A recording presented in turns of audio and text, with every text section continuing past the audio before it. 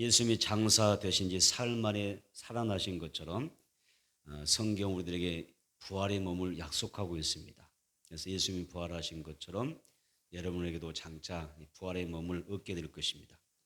만약 우리에게 십자가와 부활이 없다면 어떤 소망으로 살아갈까요?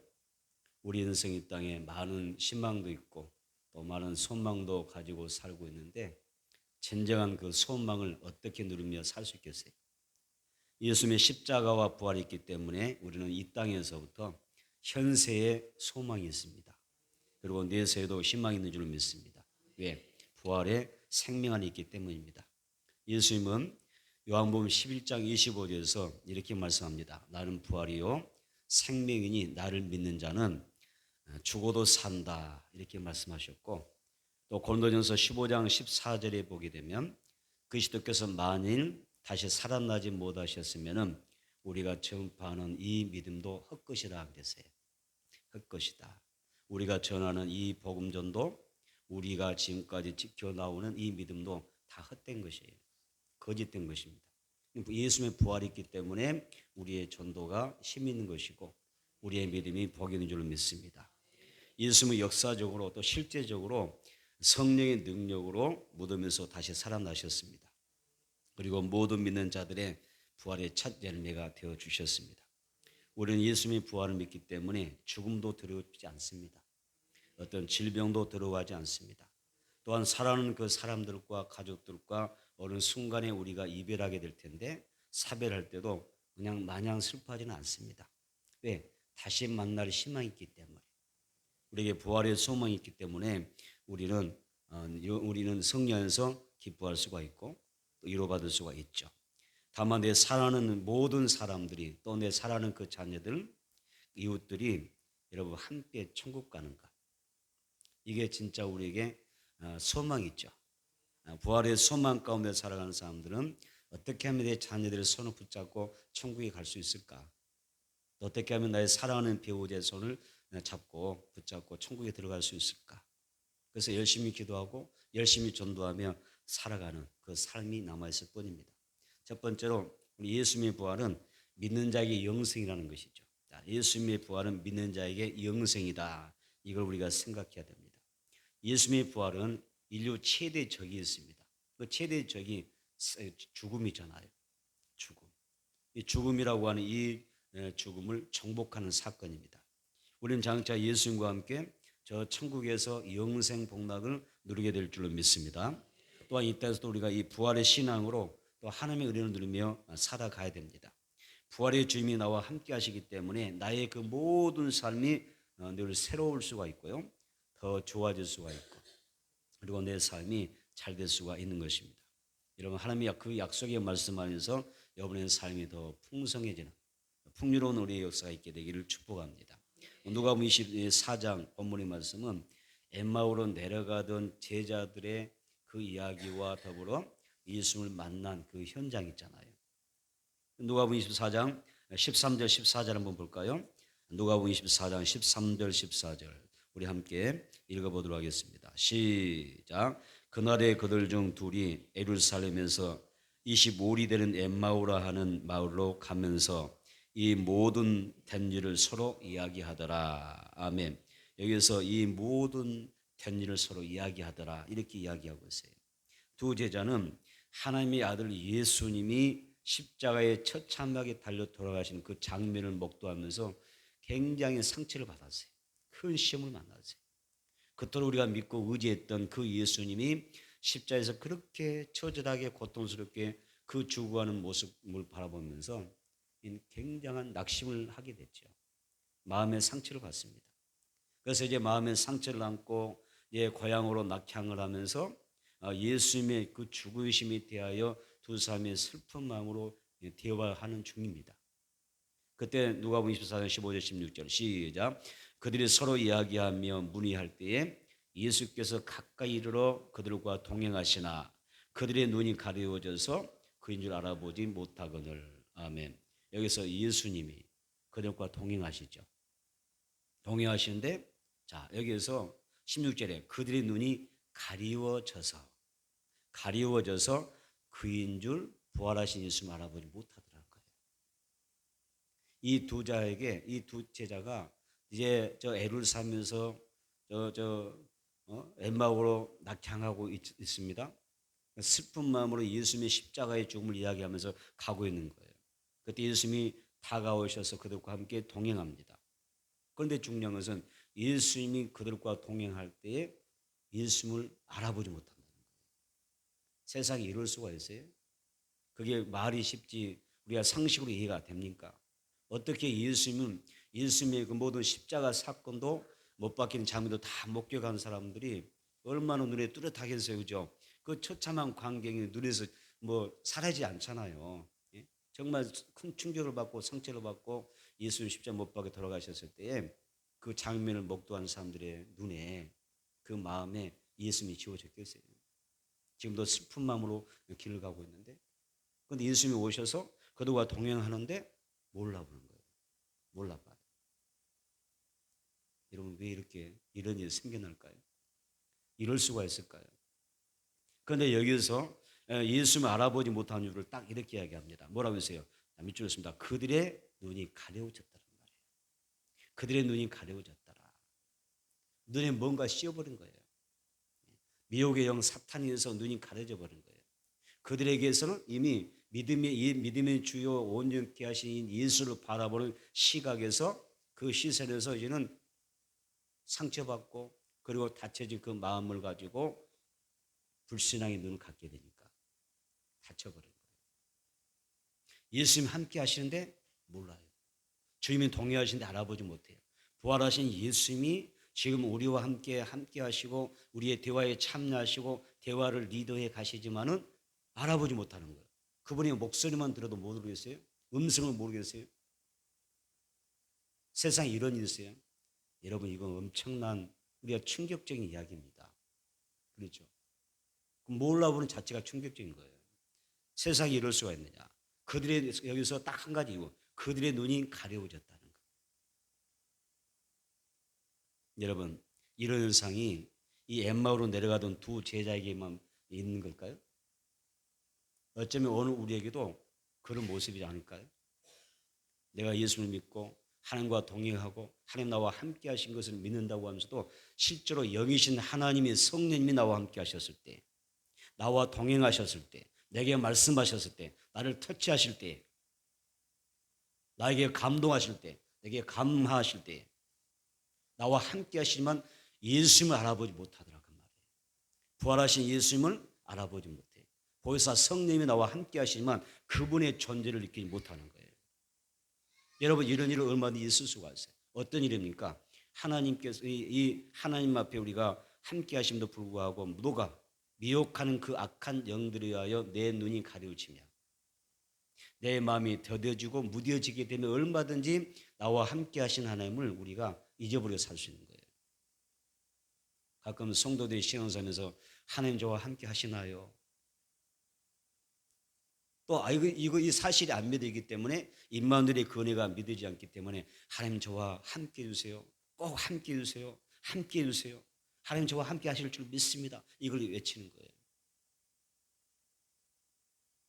오늘 여러분의 영안이 띄어지기를 축복합니다. 성령께서 영의 눈을 열으시기를 바랍니다. 그래서 내 인생과 내 삶의 현장 가운데 나와 동행하시는 항상 변함없이 동행하시는 그 하나님의 은혜를 보혜사 성령의 은총을 여러분들이 경험하고 감사하며 아멘 간증하고 찬송하며 증거하며 살아갈 수 있는 그 은혜가 있게 되기를 축복합니다. 엠마오 두 제자에게서 이런 모습을 보는 거예요. 그래서 우리가 이런 모습일 수가 있는 거예요. 지금. 부활하신 예수 우리와 함께 하신 줄 믿습니다. 이번 한 주에도 우리가 이 한 해를 살아갈 때도 부활하신 예수님이 나와 늘 함께 하심도 불구하고 이 두 제자들처럼 우리도 눈이 가려져서 예수님이 함께 하신 것을 모르면서 산다고 하면 그 사람이 바로 내가 그 엠마오의 두 제자이지 않습니까?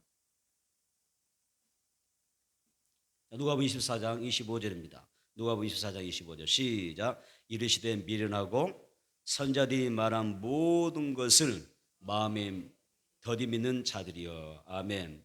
예수님이 뭐라고 하셨어요? 예수님 몰라보니까 얼마나 어리석어요. 이게 이런 일이 어디 있어요? 그래서 미련하다, 어리석다, 또 뭐라고 이야기합니까? 선지자들이 말한 모든 것, 다시 말하면 하나님의 모든 말씀, 하나님의 모든 말씀, 이 하나님의 말씀을 마음에 더디 믿는 사람들아 왜 이렇게 어리석냐? 오늘 여러분들 하나님의 말씀 들을 때 신속하게 믿을 수 있는 은혜가 있게 되기를 바랍니다. 차로 제어보다 보면 다 날아가 버려. 믿어지기 전에 다 날아가 버려. 언제 새들이 와서 다 빼앗아갈 줄 몰라. 악한 자들이 와서 빼앗아갈 줄 몰라. 신속하게 하나님의 말씀 그대로 믿을 수 있는 순수한 어린아이와 같은 그런 믿음을 여러분들이 소유하게 되기를 축복합니다.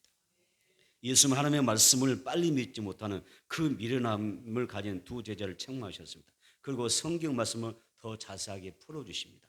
가르쳐 주십니다. 자, 누가복음 24장 26절 27절 시작. 그 시도가 이런 고난을 받고 자기의 영광에 들어가야 할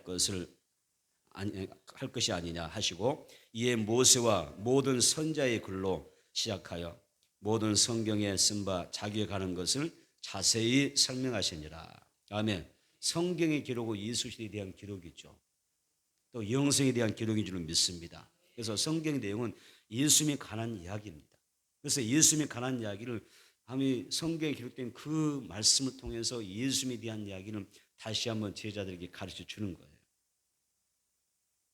예수님은 미련하고 더디 믿는 제자들에게 성경에 기록된 대로 예수님이 고난 당하시고 부활하셨다는 사실을 이야기합니다. 그리고 예수님이 십자가에서 죽으셔야만 되는 그 모든 이유에 대하여 말씀하고 있는 것입니다. 예수님이 성경 말씀을 가르치고 나신 이후에 여러분 두 제자가 뭐라고 이야기하던가요? 예수님이 이렇게 성경 가르치고 그러고 난 다음에 예수님이 그들과 함께 하시다가 어느 순간에 떠나가셨잖아요. 순간적으로 떠나가셔버린 거예요. 그때 두 제자가 뭐라고 얘기합니까?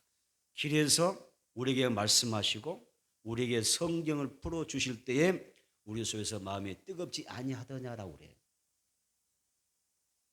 오늘 여러분의 예배가 여러분들 하나님의 말씀 들을 때마다 성령님께서 여러분들에게 말씀하셔서 여러분의 말씀 듣는 그 심령이 뜨거워지기를 축복합니다. 마음이 뜨거워지는 은혜가 있어야 돼요. 뜨거운 사랑을 회복할 수 있어야 돼요. 우리가 하나님의 말씀 들을 때 성경을 풀어주실 때 마음이 뜨겁지 않더냐? 성령님이 감동하고 있다는 이야기예요. 오늘 우리 가운데 성령이 뜨겁게 역사하기를 원합니다. 그래서 말씀이 깨달아지고 하나님의 뜻이 깨달아지고 우리가 하나님의 부활이 믿어져서 그 부활을 소망하면서 믿음으로 승리해 나갈 수 있는 그런 역사가 있게 되기를 축복합니다. 내 영안이 활짝 열어서 부활하신 예수님 나와 함께 하심을 고백하고 여러분 증거하며 사세요. 부활하신 예수님이 우리 가운데 함께 하신 줄 믿습니다. 여러분과 함께 하십니다. 이한조도 함께 하실 줄 믿습니다. 생활 속에도 함께 하실 줄 믿습니다. 삶의 현장 가운데, 가정 가운데, 직장 가운데, 여러분의 그 산업의 터전 가운데 하나님이 함께 하십니다. 그래야 영적인 힘이 있는 거예요. 그런 삶이 믿음으로 승리할 수가 있어요. 요한복음 6장 51절 상반절에 이런 말씀을 예수님 하셨어요. 나는 하늘에서 내려온 살아있는 떡이니 삶이 이 떡을 먹으면 영생하리라 그래요. 얼마나 감사해요. 예수님을 위해서 이 떡을 먹는 자는 뭐예요? 결국 예수님을 믿고 영접한다는 뜻이거든요. 너희가 예수님을 믿고 영접하면 나는 하늘부터 내려온 살아있는 생명의 떡인데 너희가 영생하리라. 예수 믿으면 영생하리라. 부활의 복음은 영생인 것입니다. 우리 예수님의 그 부활 속에 영생을 경험해야 되는 것입니다. 우리의 생명은 70년을 삽니다. 건강하면 80년을 삽니다. 더 우리가 장수의 복을 받게 되면 100년 안팎의 삶을 삽니다. 아마 여러분의 인생의 날 개수가 이미 어느 정도라 계산이 될 겁니다. 100년 안팎의 인생이 나면 내가 살아온 인생 가운데 나는 앞으로 얼마 더 살 수 있겠구나. 계산됩니다. 그래서 모세가 하는 앞에 나에게 인생의 날 개수함에 그 지혜를 달라고 하는 것처럼 우리 인생은 짧잖아요. 그리고 우리가 어느 나름대로 하나님이 주신 은혜 가운데 내 살날의 그 연한을 하나님이 어느 부분, 일정 부분은 감동 주시는 거예요. 우리 이런 짧은 삶을 살아가면서 나의 내세, 분명해서 나의 짧고 많은 인생이 아니라 100년 안팎의 삶으로 끝나는 것이 아니라 나에게는 우리의 인생에는 내세가 분명히 있다는 것.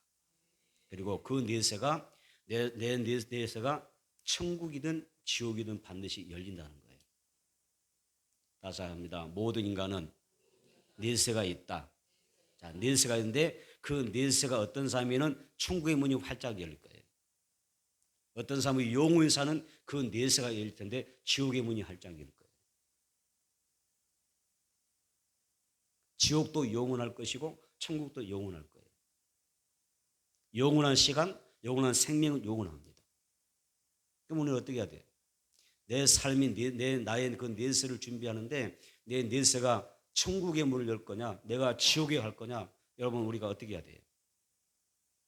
영원히 살겠지만 우리 예수 안에서 영생해야 될 줄 믿습니다.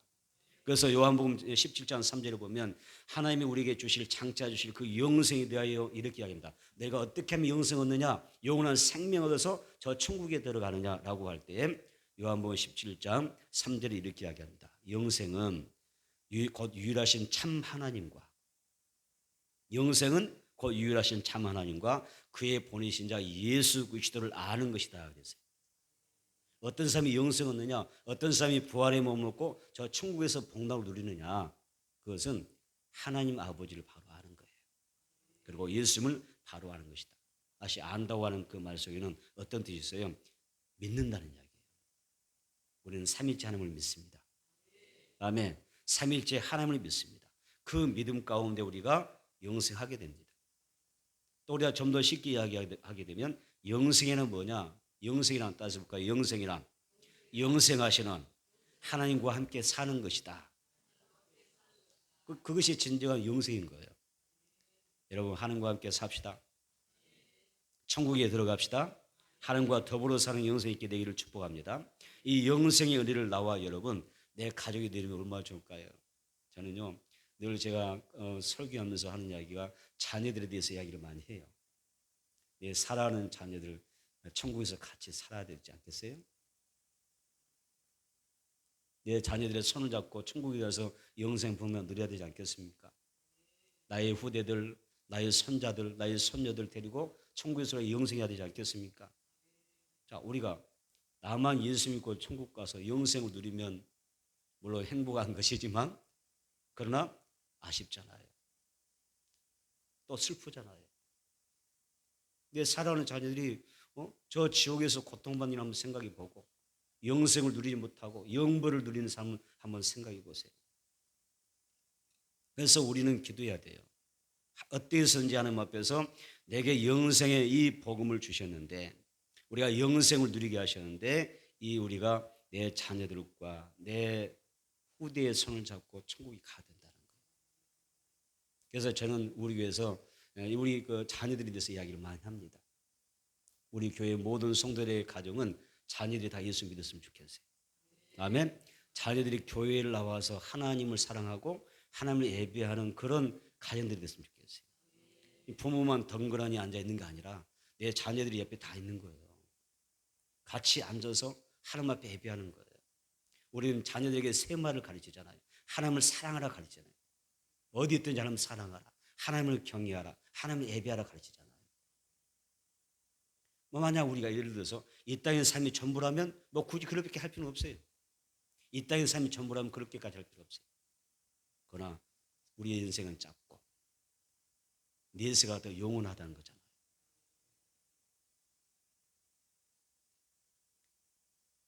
예수는 부활을 통해서 믿는 자를 사망 권세에서 벗어나게 하시고 영생 복락을 누릴 수 있는 특권을 주셨습니다. 우리는 그 특권을 받은 자입니다. 내게 주신 이 특권을 가지고 부활의 복음의 그물을 내려서 많은 영혼 살려내기를 주님으로 축복합니다. 두 번째는 부활신앙을 가지면 다시 일어설 수 있다. 나왔습니다. 부활신앙을 가지면 다시 일어설 수 있다. 아멘. 부활신앙을 가지면 다시 일어설 수가 있어요. 넘어져도 걱정 없어요. 나는 다시 일어설 거니까. 여러분 오뚜기를 아시잖아요. 오뚜기가 어떤 성격을 가지고 있어요? 오뚜기. 넘어졌다가도 다시 일어났잖아요. 그래서 오뚜기를 이야기할 때 7.8기를 많이 적용을 해요. 오뚜기처럼 7.8기 합시다. 7번 넘어져도 8번 일어납시다. 그래서 이 오뚜기가 아무리 넘어지고 또 넘어지고 아무리 밀어들어도 넘어져도 다시 일어서는 올리는 간단합니다. 그 아래쪽 가운데 무거운 철이 들어있습니다. 그래서 오뚜기는 무게중심이 그 아래에 딱 집중되어 있습니다. 여기에 고정되어서 넘어져도 무게중심이 있기 때문에 일어서는 겁니다. 우리도 마찬가지죠. 내 신앙과 삶의 무게중심이 예수에게 있어야 됩니다. 그리고 예수 그리스도의 부활이 있어야 됩니다. 부활 중심에 딱 서 있으면 절대로 안 넘어져요. 넘어졌다 일어나고 누가 밀어들어도 일어나고 마귀란 놈이 와서 어느 순간 내 발을 딱 걸어 넘겨도 벌떡이 나요. 툴툴 털어버리는 거예요. 다윗은 시편 119편 71절 72절에서 말합니다. 고난당하신 내게 유익이라. 보세요. 고난당하신 내게 유익이라. 내가 넘어져도 나는 일어선다는 거예요. 고난당하신 내게 유익이라. 내가 이로 말미암아 내가 주의 율례들을 배우게 되었나이다. 주의 입의 법이 내게는 천천근무보다 좋으니이다 그랬어요. 고난당해도 아무 소용이 없어요. 믿음의 사람은 부활신앙이 필요합니다. 넘어져도 일어나야 되고. 아멘. 절대로 무너지지 않습니다. 부활신앙은 모든 면에서 정말 이 시대 가운데 점점점 약해져가는 많은 그리스도인들이 있는데 그들에게 필요한 것입니다. 예수님의 부활의 생명이 우리에게 있으면 모든 삶이 회복될 거예요. 하나님께서 우리를 회복의 방법으로 인도해 가실 것입니다. 살다 보니까 삶이 힘들어요. 고단할 때. 고단합니다. 또 신앙의 은혜가 다 떨어졌어요. 그래서 기도에 힘도 없고 찬양에도 힘이 없고 또 열정이 식어가고 또 우리가 신앙생활에 있어서 어떤 형식과 의무와 껍데기만 남아있을 때 예배를 드리지만 예배에 감기 없었을 때 찬양에 뜨거움이 없을 때 기도에도 뜨거움이 없을 때 내가 경건의 모양은 가지고 있지만 경건의 능력이 없었을 때 예수님의 부활을 믿고 우리는 부활신앙으로 회복할 수 있다는 말이에요. 부활절에 여러분의 신앙이 회복되기를 원합니다. 일어서세요. 회복되시기 바랍니다. 부활신앙을 가진 사람은 하나님의 능력으로 거뜬히 일어서게 됩니다. 그래서 고난당한 것이 오히려 유익이 돼요. 부활신앙이 능력인 줄을 믿습니다.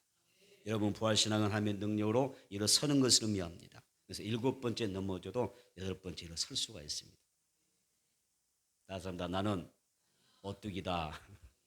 여러분 오뚜기가 돼야 됩니다. 나는 오뚜기야.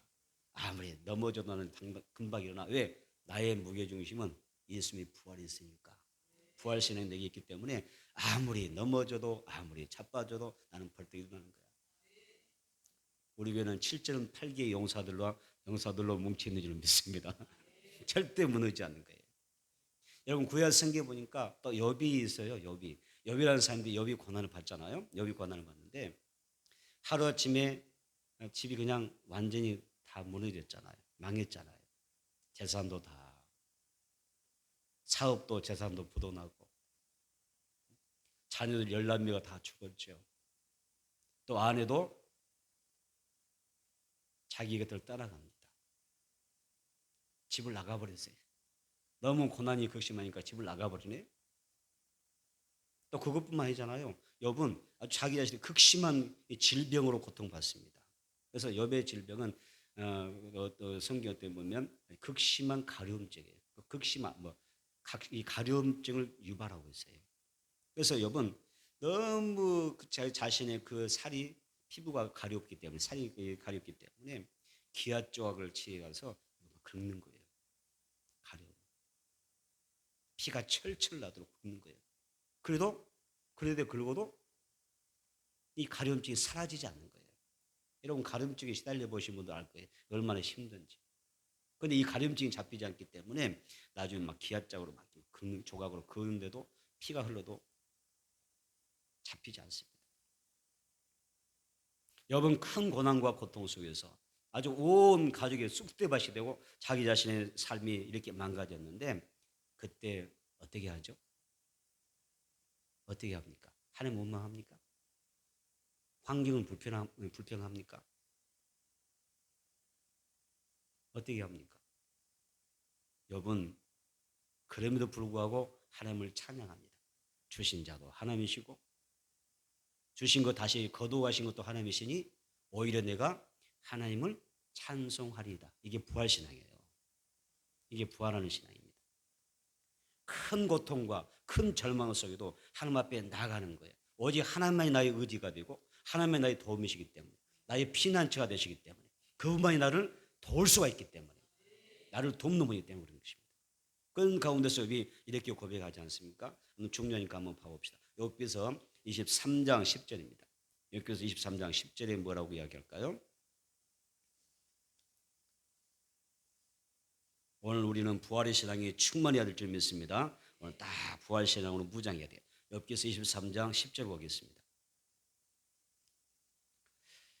욥기서 23장 10절 시작. 그러나 내가 가는 길을 그가 아시나니 그가 나를 단련하신 후에는 내가 숨군같이 되어 나오리라. 여기서 그는 하나님이시잖아요. 내가 가는 길을 하나님이 하시나니 하나님이 나를 단련하신 후에 내가 순금같이 나오리라. 아멘. 존귀한 자가 되는 거예요. 자, 초대교회의 사도들과 성도들도 엄청난 그런 박해와 핍박 또 순교를 당했잖아요. 순교를 당하면서도 그들은 부활신앙을 놓치지 않아요.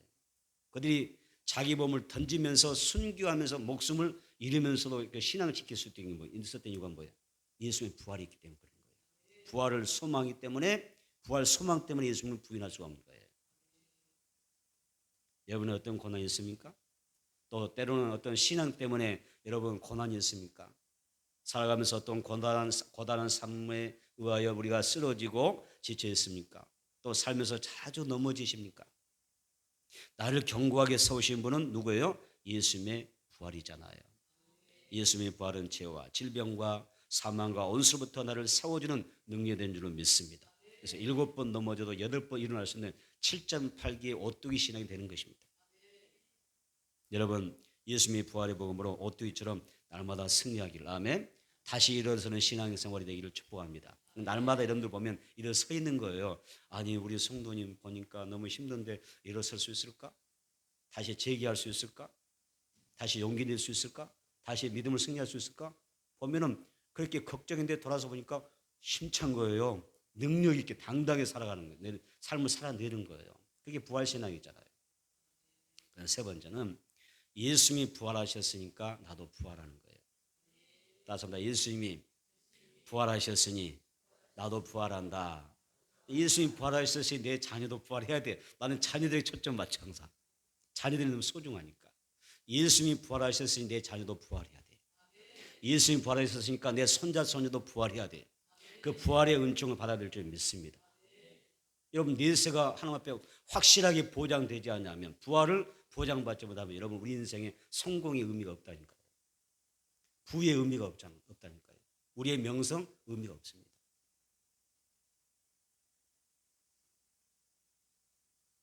고린도전서 15장 42절 보겠습니다. 고린도전서 15장 42절 44절. 고린도전서 15장 42절로 44절입니다. 고린도전서 15장 42절 44절 우리 함께 읽도록 하겠습니다. 시작. 죽은 자의 부활도 그와 같으니 썩을 것으로 심고 썩지 아니할 것으로 다시 살아나며 욕된 것으로 심고 영광스러운 것으로 다시 살아나며 약한 것으로 심고 강한 것으로 다시 살아나며 육의 몸으로 심고 신령한 몸으로 다시 살아나나니 육의 몸이 있은즉 또 영의 몸도 있느니라. 아멘. 밑줄 그으세요. 42절. 죽은 자의 부활도 그와 같다. 죽은 자의 부활이 있다고 말씀하죠. 죽은 자의 부활이 있습니다.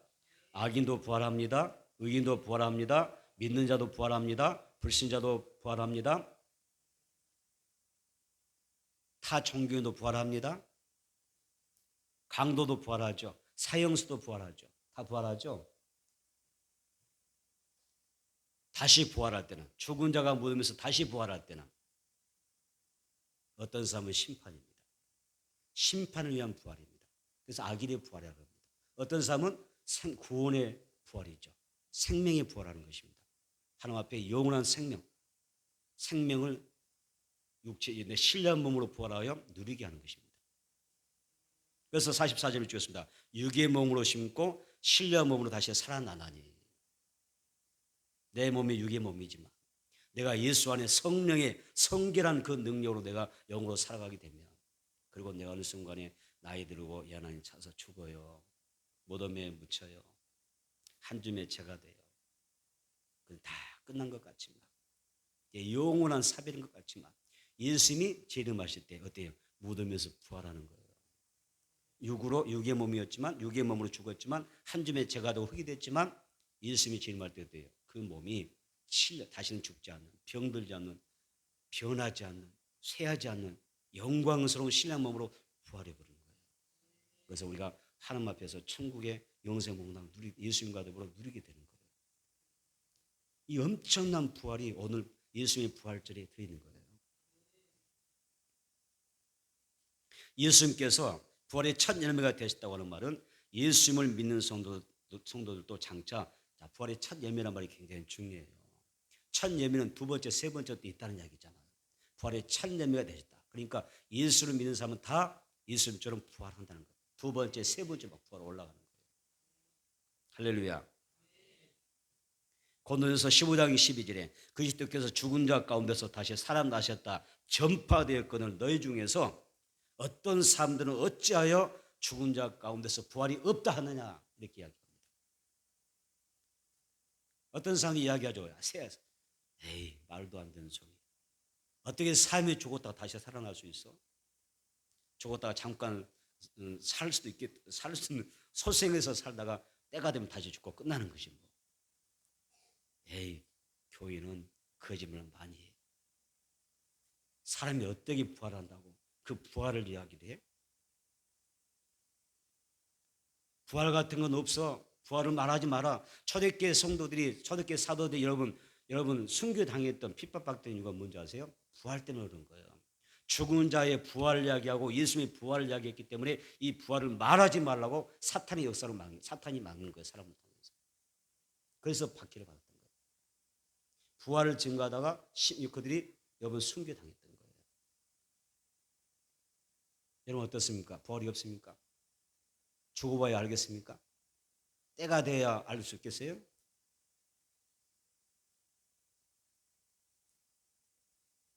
성령께서 가려진 그 눈에 비늘을 벗겨주셔서 부활의 주님이 보이기를 바라고 부활의 몸으로 오신 예수가 보이기를 바라고 내가 그 예수 믿음으로 나도 언젠가는 예수님 재림할 때 부활의 몸, 신뢰한 몸을 입는다고 하는 것을 보게 되기를 축복합니다.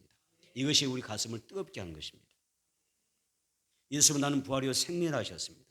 예수님께서 죽음을 체험하시고 무덤에까지 다 들어가 보셨더니 예수님이 들어가 보셨기에 성도들을 능히 구원할 수가 있고 부활하게 하실 수가 있는 것입니다. 예수님이 재림하실 때 살아있는 성도들은 여러분 틀림받게 될 거예요. 또 무덤에 장사 지낸 성도들의 육신은 부활하여 천국에 들어가 영생을 얻게 될 줄을 믿습니다. 여러분 예수님을 믿으면 부활합니다. 예수님을 믿으면 부활합니다. 여러분의 자녀도 예수 믿으면 부활합니다. 아멘. 안 믿으면 어떻게 되죠? 여러분의 상상이 바뀔게요.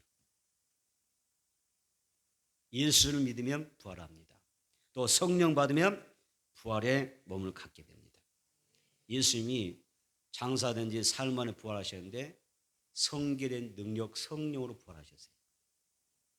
하나님의 자녀인 성도들은 부활하여 천국에서 영생하게 됩니다. 우리 짧은 이 유한한 존재가 영원하신 예수님처럼 부활하게 될 것을 확실하게 믿게 되기를 축원합니다. 구약 성경에 에스겔 37장에 보게 되면 에스겔이 본 환상 골짜기에 뼈들이 가득 있어요. 그죠? 에스겔 골짜기가 있잖아요. 환상 중에 뼈들이 보입니다. 그런데 그 많은 뼈들이요. 하나님의 말씀을 대언할 때, 말씀을 들을 때 또 성령의 생기가 루아흐가 들어갔을 때에 그 뼈들이 살아납니다. 뼈들이 서로 연락하여 마디가 봉합되고요. 연결되고요. 살이 붙고요. 깨끗한 하나의 사람의 형체를 띠게 됩니다.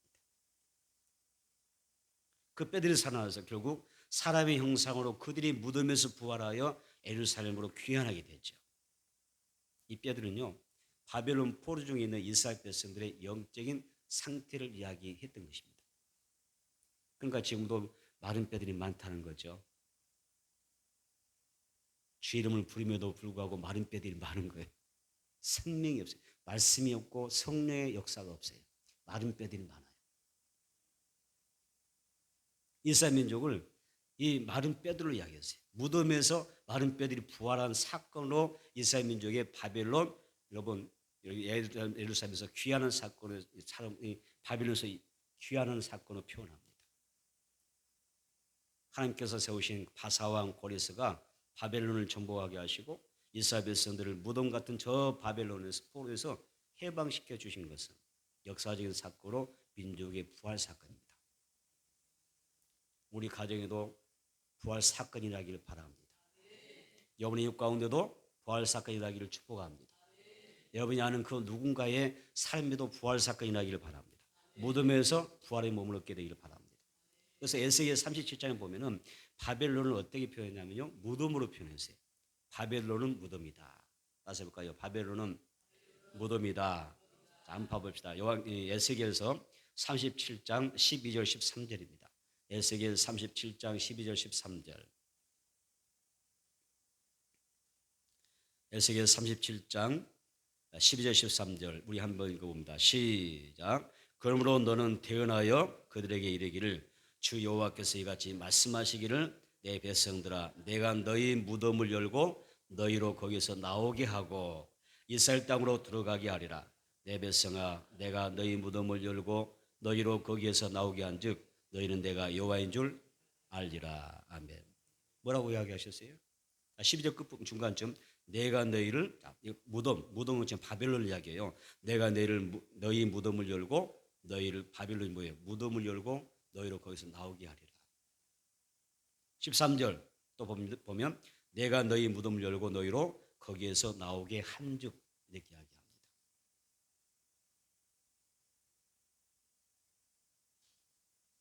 무덤에서 부활해야 되죠. 사망의 무덤에서 부활해야 될 줄 믿습니다. 그래서 영적으로 회복되어지는 것을 이 영적으로 죽어 있는 그 상태를 그 사망의 상태를 무덤으로 표현한 거예요. 그 무덤에서 부활하겠다는 거예요. 부활시킨다는 거죠. 로버트 롤이라는 목사님이 계시는데 있었는데 남북 전쟁 때 이런 일이 있었습니다. 남북 전쟁이 막 치열하게 전쟁을 치르다 보니까 얼마나 많은 전사자가 생겨납니까? 그래서 이 롤이 목사님이 참 기도하다가 감동이 오는 거죠. 내가 저 전장터에 나가서 수많은 사람이 죽어가는데 저 시신들을 다 내가 추스려서 그들의 장례를 내가 치러줘야 되겠다라고 해서 전장에 나갑니다. 나가서 이제 수많은 사람들에게 시신들을 수습하면서 그리고 막 전쟁에서 죽는 사람이 있는 게 아니라 부상자가 너무 많잖아요. 총탄에 의해서 포탄에서 얼마나 많은 부상자 있겠어요. 그래서 그 수많은 부상자를 보면서 생각도 바꿉니다. 내가 이곳에 온 이유가 장례식을 잘 치러지러 왔는데 이 장례식보다는 죽어가는 삶을 살려내야 되겠다라고 해서 시신들 속에서 부상자들, 신음한 사람들을 막 건져내는 거예요. 구출하는 일을 합니다. 그런데 그것도 한계가 있잖아요. 거기서 지쳐버린 거예요, 목사님이. 지쳐버린 거예요. 지쳐버리고 나중에는 자기도 죽게 된 상황에 완전히 지치고 쓰러져서 죽게 된 상황이 된 거예요. 그래서 다 죽어가는 그런 상황이 됐을 때 하나님 앞에서 점점 자기가 죽어가는 그런 상황에서 하나님 앞에 기도를 합니다. 나와 부상자들은 하나님 살려주세요. 하나님이 안 도와주시면 우리 죽어요. 도와주세요. 간절히 기도합니다. 간절히 기도할 때 환상이 열립니다. 환상이 열리면서 하나님이 말씀하십니다. 로리야, 내가 살아있느니라. 내가 살아있느니라. 내가 어둠을 이기고 죽음을 이기고 살아난다니라. 지금 내가 너의 속에서 살아있느니라. 이렇게 말씀하는 거예요. 그리고 환상 중에서 이 음성을 들은 거예요. 그래서 그가 그 음성 가운데 그가 깜짝 놀라서 영적인 힘이 확 오면서 어때요? 말 그대로 무덤에서 부활하는 심정이 된 것처럼 그 심령이 막 살아나기 시작하는 거예요. 그리고 그가 그 전장터에서 살아나는 체험을 하게 됩니다. 그래서 이 로리 목사님이 그 은혜와 그 체험과 간증을 통해서 지어서 불렀던 찬송가가 뭐예요? 우리가 오늘 불렀습니다. 무덤에 머물러. 이 부활 찬송 불렀던 것입니다. 지어서 불렀습니다. 여러분, 우리는 부활 신앙만 있으면 무덤과 같은 그 모든 어둠을 이겨낼 수가 있어요. 부활 신앙은 살아있는 신앙으로 무덤을 뛰어넘는 것입니다. 사람들이 정말 겁내고 두려워하는 그 고통과 절망이 끝자락이 죽음이라고 하는데 그 죽음을 이기고 생명 얻는 것이 여러분 부활인 줄 믿습니다. 그래서 우리도 이 로리 목사님처럼 좀 됐으면 좋겠어요. 그래서 우리 가족이나 이웃들 또 예수님으로 우리가 영이 죽어가는 건 사람들이 많이 있는데 우리가 찾아가야 되죠. 천국 가고 영생하는 건 천국 가고 영생하는 이 길이요. 길을 진리요 생명 되신 예수님을 믿지 않는 사람도 많잖아요. 그래서 영적으로 표현하게 되면 에스겔 37장 12절 13절에 무덤에 갇힌 영혼들이 많다는 것입니다. 내가 너희 무덤을 열고 너희로 거기서 나오게 하고 이스라엘 땅으로 들어가게 하리라. 내 백성들아 내가 너희 무덤을 열고 내가 너희로 거기서 나오게 한즉 내가 여호와인 줄 알리라. 이렇게 이야기하는 거예요. 여러분 무덤에서 건져냅시다. 죽은 나사를 무덤에서 건져내는 것처럼 무덤에서 무덤에 물려고 이뤄내는 것, 걷어내는 것처럼 건져내는 것처럼 여러분 그런 일을 해야 됩니다. 부활하신 예수는 막달라 마리아에게 여인에게 이 엠마오의 두 제자에게 또 11 제자에게 다메섹 도상에서 사울이라고 하는 바울에게 또 로마 황제의 기독교 박해로 파모스에 유배되었던 요한에게 부활하신 예수님이 나타나셨어요. 또 제자들이 유대인들이 들어서 숨어서 막 문을 잠그고 숨어 있었잖아요. 그때 부활하신 예수님이 다가오셨어요. 그리고 그에게 평강을 빌어주죠. 다시 번 너희에게 평안이 있을지어다. 자, 주의 음성을 잘 들어보세요. 부활하신 예수님이 가장 최초로 던지신 멘트가 뭐예요? 복음이 뭐예요? 너희에게 평안이 있을지어다. 또 다른 멘트가 뭐죠? 부활하신 예수님이 또 다른 두 마디를 하셨어요. 제자들에게. 뭐 하셨어요? 그걸 아시면 백점인데 너에게 평안이 있을지어다. 숨을 내쉬며 가라사대. 숨을 내쉬며 가라사대. 뭐라 하셨어요?